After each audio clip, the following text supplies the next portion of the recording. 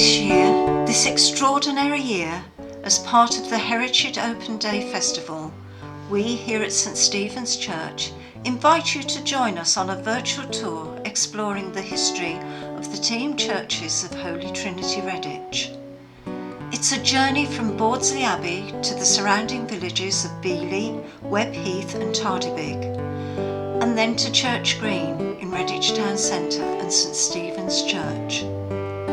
A journey from field to factory, a journey of activity and faith, a journey viewed through the historic and current images.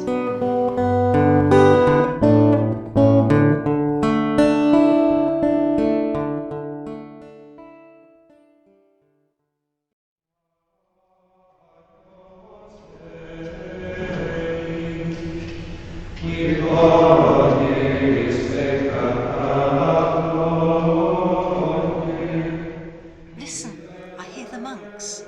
Let's set out on our journey.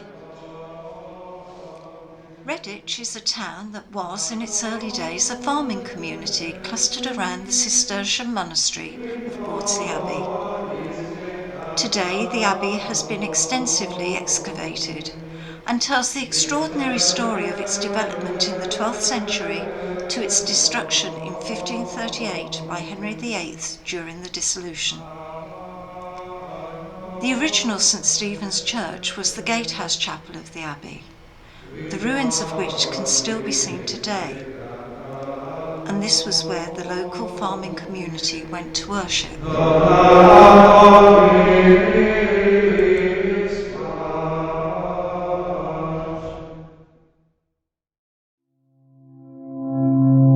And so, to continue on our journey, we set off towards St Leonard's Church, Beoley. St Leonard's at Beoley is one of the Holy Trinity parish churches. It is a very old and very pretty church, set at the top of a hill and has a long history.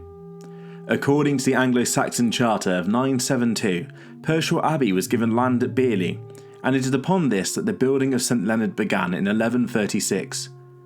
Just about a mile away at exactly the same time, a group of Cistercian monks were building the Abbey of St Mary Bordesley, some tiles of which reside in the Vicar's Vestry at St Stephen's. The Cistercian monks were reformed versions of the Benedictine order, and there was much rivalry between the Cistercians and the Benedictines.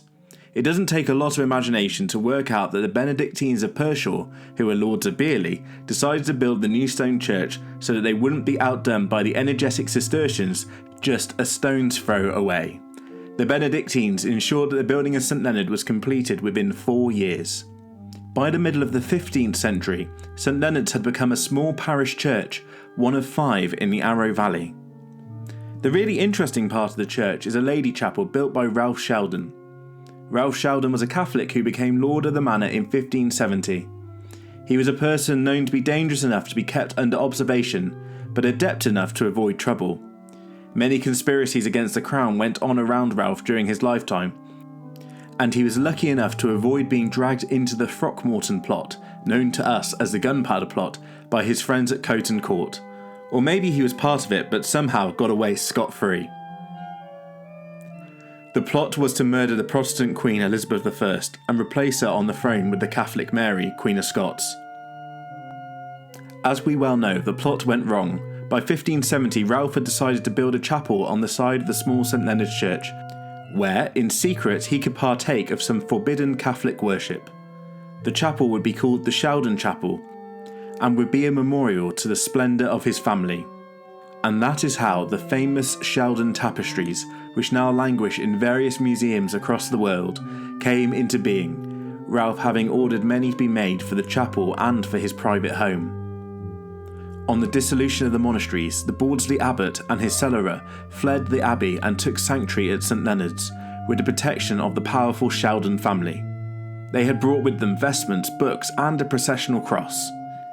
This is only the beginning of the history of St Leonard's. Its day-to-day life at the moment is within the Holy Trinity parish, as the plague of COVID-19 in the year 2020 has seen its services come to a halt because it is just too small for social distancing. Its worship for now is shared with St Stephen at the town centre church and at St Bartholomew, Tardebigge, until the danger has passed.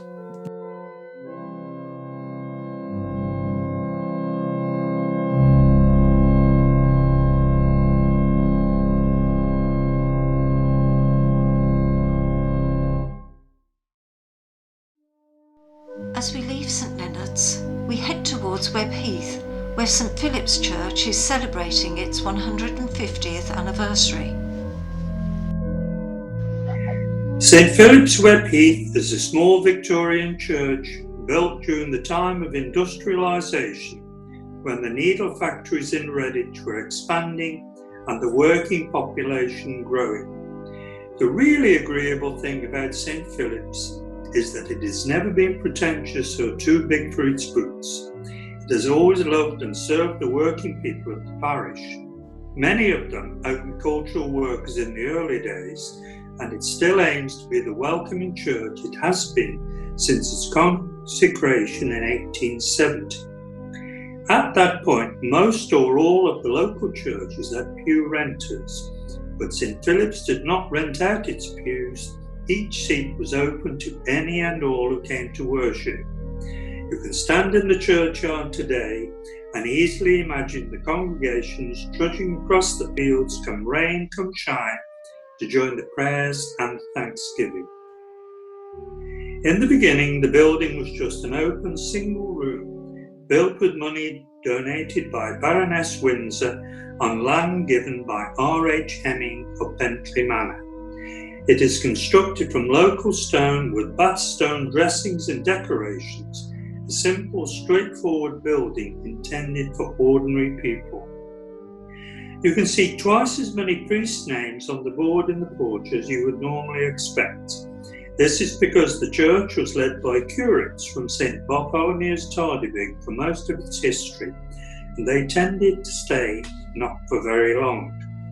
In 1981, St Philip's became a parish in its own right and joined the Redditch Ridge Team, together with St George's Redditch, St Peter's Crab's Cross and St Luke's Headless Cross.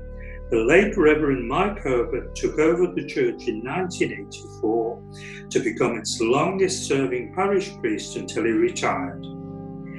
The Ridge Team had a long and happy collaboration, but as we well know, to everything there is a season, and the churches eventually had to say a sad goodbye to each other. A new team, Holy Trinity Redditch, was born on April 1st, 2000. It comprised St Philip's, St Stephen's with St David's, St George's and St Bartholomew's with Lower Bentley. St Leonard's Beoley joined the team a little later. St George's Church was closed sadly in 2012. From 2015, the Holy Trinity Parish became St Stephen's, St Leonard's and St Philip's. The three churches work closely together, each retaining its individuality, but all sharing in development and worship. The 2020 plague of COVID-19 has seen an enhanced all-in-this-together kind of family atmosphere develop, which can only be good for all. Interesting items in the church interior include the striking reredos above the altar, incorporating mosaics and early Christian symbols using ancient marble brought back by one R.R. Clive from the Caracalla Baths in Rome. The stained glass window in the front corner of the nave by Carbonnier of Brussels, a famous creator of windows for many churches in Europe. The glass depicts two scenes involving women, Martha and Mary, and the women at the tomb of Jesus. The stained glass window above the reredos was designed by the architect and commissioned by Baroness Windsor. It shows some of the theology of Jesus' death, Abraham offering Isaac as a sacrifice, Moses lifting up the snake so that everyone who looked at it would be healed, and the symbolic portrayal in the central glass of Jesus on the cross. The original single-room building of St Philip's has had lots of bits added to it over the years. A hand-blown pop organ took up vestry space. A new vestry was added on the corner of the building in 1954. A carved oak screen was put up to separate the sanctuary from the chancel, and electric lighting was installed. So many changes. But perhaps the most massive change of all is what is happening now. The village of Webheath has a rapidly growing population, and the church, eager to remain the main hub of the community, is in the throes of a huge building project. St Philip's has always been a church that has benefited from donations from parishioners, sometimes from individuals, sometimes from wider groups. Donations have come in from many directions, in memory, in celebration, in thanksgiving. Throughout the years, local Webheath people have been generous in giving money and goods, and fundraising, perhaps never so much now, and we thank them for it. Having put in a new, more modern heating system, replaced the pews with chairs, and laid new carpet in the nave in 2011, the next step to improve the building for more community use was to establish an annex that would give the church modern toilets, a proper kitchen, a cafe area, an office and storage. It has been a long time in the happening, but is almost finished and will offer local groups of all kinds, as well as worshippers, a safe place to get together, to have their meetings, to play and to pray. Today, at the age of 150, St Philip's building is fast moving into the 21st century, but God willing, it will always be that place where ordinary people, walking, cycling or driving along the lanes now, instead of trudging across the fields, can feel loved and welcomed with open arms. And we, the people of this church, give thanks for that.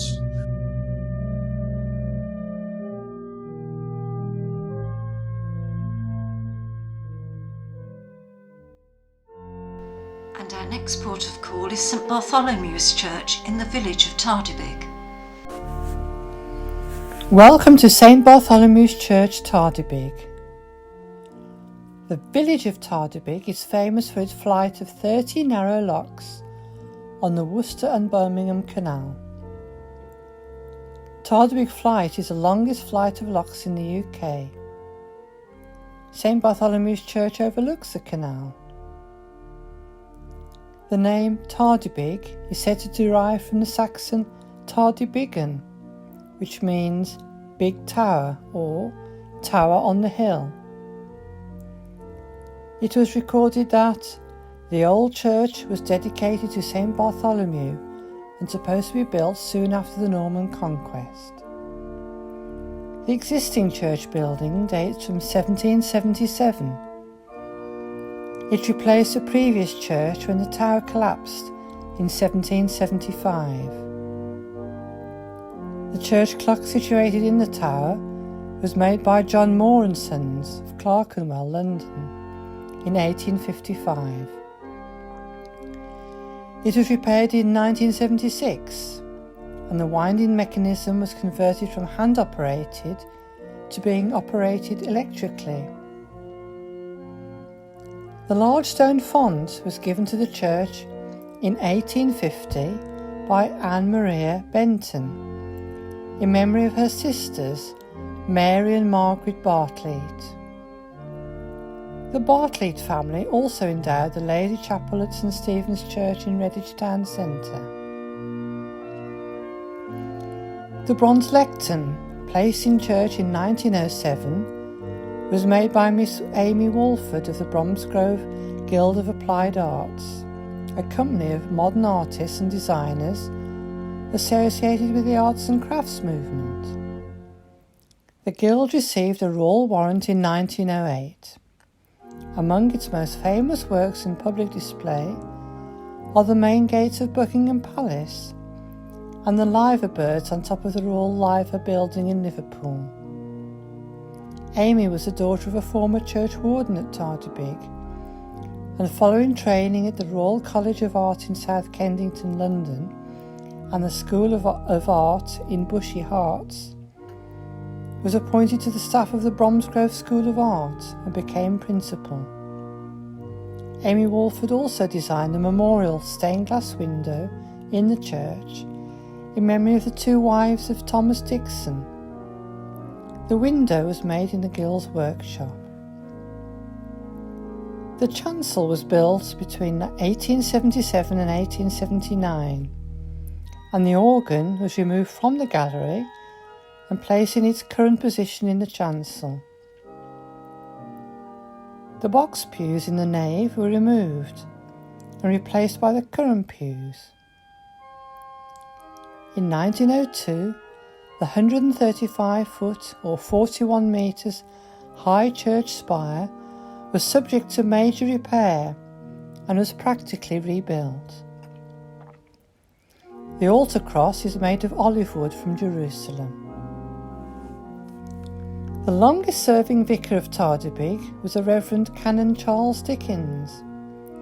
He married his wife Frances 10 days after his induction as vicar in 1855. In July 1905, a garden party was held at the vicarage, attended by over 400 people to mark Canon Dickens' 50 years as vicar, and also the couple's golden wedding. The choir stalls and canopied vicar's desk, a gift from the parishioners, commemorates the occasion. The Earl of Plymouth donated the other seating in the chancel behind the choir stalls. Canon Dickens died at the age of 87, having remained as Vicar of Tardebigge for 62 years. Opposite the church is Tardebigge School, which was founded in 1815 by Reverend Thomas Blackwell, who was keen to start the village school on the lines set out by a society formed in 1811 called the National Society for Promoting the Education of the Poor in the Principles of the Established Church throughout England and Wales. It used to be an all-age school, and following many changes over the years is now Tardebigge Church of England First School and has close links with the church.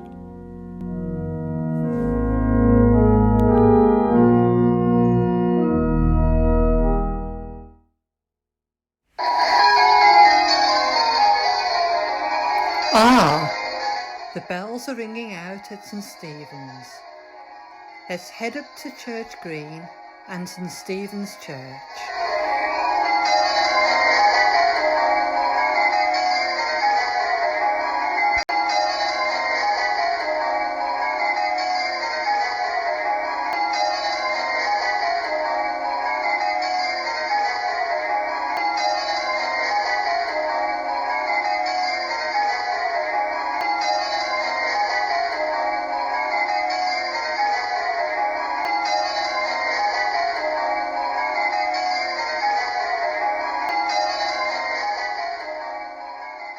You can see the spire of St Stephen's Church from almost anywhere in Redditch. The church was built about 150 years ago, and though the town has grown enormously in that time, the spire is still the outstanding landmark that everyone recognises. In the spire is the tower clock and a ring of 8 bells which are rung from the ground floor in a space that was originally the baptistry, the place where the font was, where baptisms or christenings happened. There's a stained glass window of Jesus' baptism in the west wall. Originally, the bells were rung from the floor above, but when the clock was installed, it made ringing there impossible because of the space that the clock took up. Because of the clock, some of the ropes now have to go through and around the clock case, using chutes and pulleys to change their angle of travel. This and the long draft of 56 feet of rope make the bells challenging, or as one bell founder put it, lively. Until 20 years ago, the clock had to be wound by hand every 7 days, and there are still chalk numbers on the inside of the doors that tell us how many turns were necessary to wind the mechanism fully. You can still see the original weights in the room. The winding was often done by just one person, but the job was a lot easier with 2. In 2003, the clock was converted to being wound with an electric motor in memory of James Hill, a church warden for 30 years, and his daughter and son-in-law, Nellie and Jeff Rollins, both of whom were lifelong members of the congregation. On the floor above, you can see 4 of the 8 bells, the 4th, 6th, 7th and 8th. The 8th bell is the tenor, that's the largest bell.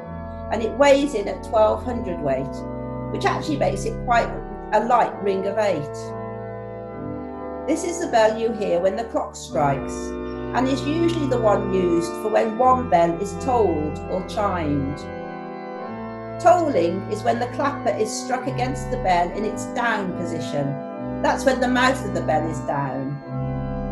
In the past, tolling signified a death in the parish, and the number and pattern of the chimes told listeners the age and gender of the person that died. When Redditch was only a small town, that would have been enough for everyone to know for whom it was being rung.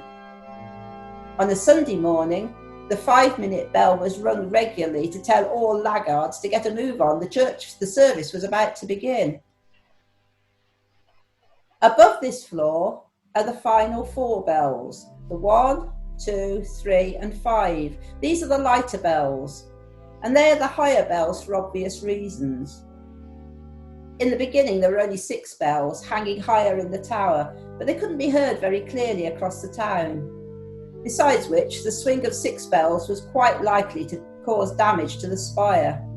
So they were moved to where they are now, and the other 2 bells were added.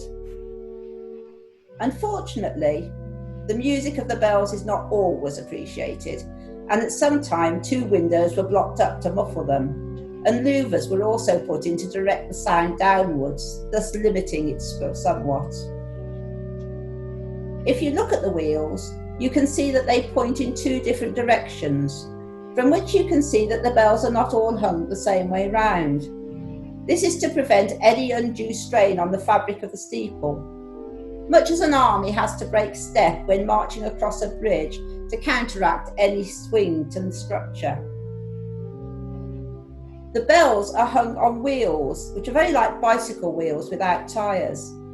The rope runs through a groove in the wheel, allowing the bells to turn through 360 degrees, and are rung in what is widely known as the English method, which allows for much more control of the sound and is responsible for the very distinctive tone of our country's church bells.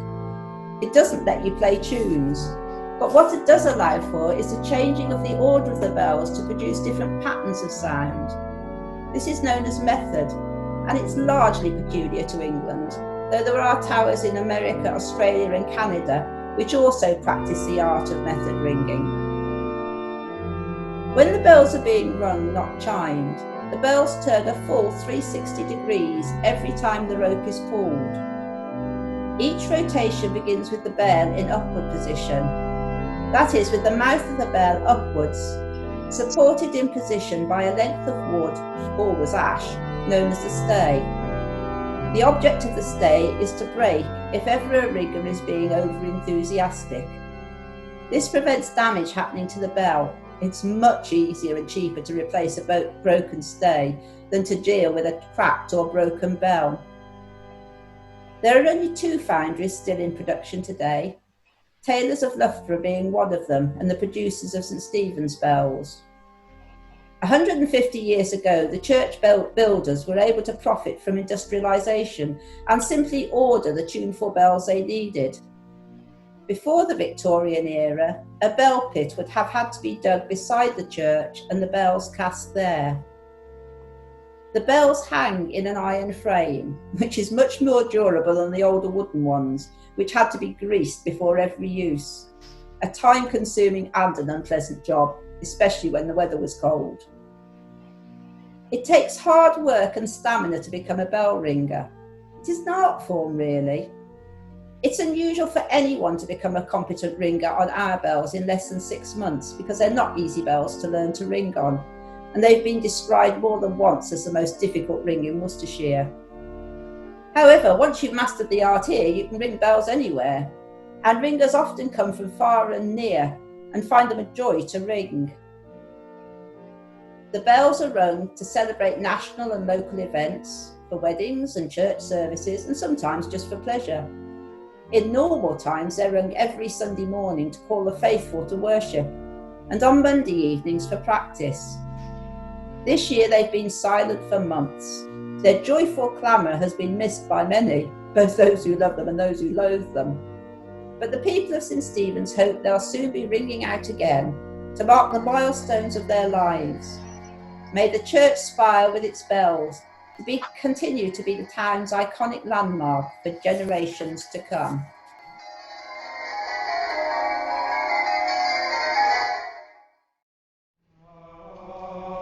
As the community of Redditch became more industrial and following the Reformation, the focus of Redditch and St Stephen's moved up the hill from the Abbey to Church Green, taking with it some of the 13th century tiles from an Abbey side chapel, which are now laid in the floor of the Vicar's vestry, and a brass plaque from the Gatehouse Chapel of St Stephen, which can be seen in our memorial chapel today.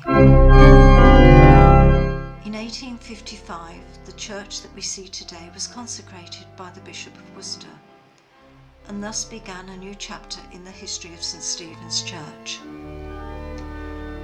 St Stephen's is a warm and welcoming church which is central to the social and aesthetic life of the surrounding community. There are a number of interesting features, including a font and font cover created by the Bromsgrove Guild, whose other works include the Liver Birds and the Gates of Buckingham Palace. There's Egbert the Eagle lectern that was presented to St Stephen's in 1870, the eagle being the symbol used to depict John the Apostle. The eagle has come to represent the inspiration of the Gospels. There are 14 stained glass windows, and of particular note are the west window by Preedy in 1869. Its 4 lights each depicting one of the corporal acts of mercy: feeding the hungry, giving drink to the thirsty, clothing the naked, and visiting the sick. There's the Adoration of the Magi by Jean-Baptiste Capronnier in 1880. And then there's the east window, the Te Deum by John Hardman in 1855. This has a wonderful surprise for visitors, as it's not possible to see the features of Christ from the nave of the church. But the nearer you go towards the window, Christ's features appear, perhaps signifying that the nearer you go to God, the nearer he comes to you. St Stephen's had an active choir for many years, and on special days like the Heritage Open Day events, the photographs of the choir are displayed, and much fun can be had discovering your relatives or indeed your younger self. In 2017, new glass west doors were fitted, etched in the glass to acknowledge Redditch's past industry, its present, and hopes for its future, are images of needles, a kingfisher, and the words faith, hope, love, peace and compassion. They give a real sense of church and the town centre being connected, and as the sun sets, the words are rather wonderfully reflected across the internal walls and floor. St Stephen's Church is an iconic landmark in Redditch town centre. St Stephen's is a beautiful building, but more importantly, the vibrancy and activity which flows from it and its role at the heart of the centre is critical to the future of Redditch. We are a place of prayer and reflection that can provide support and signpost other services and activities within our town. A spiritual and community resource. When the town gathers for Remembrance Day, for Christmas celebrations, for concerts and other events, St Stephen's is where we gather. We continually work to make St Stephen's warm, welcoming and vibrant. We strive to be kingdom people, and we continue to work to the glory of God while serving our community.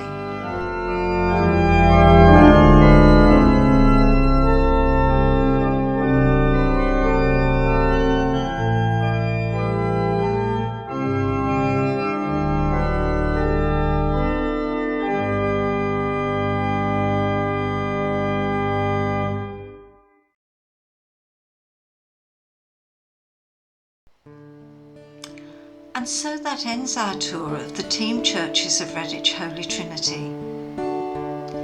And we hope that one day soon you will be able to come and visit us and join us in worship. In the meantime, please don't hesitate to contact us via our website www.holytrinityredditch.org.uk.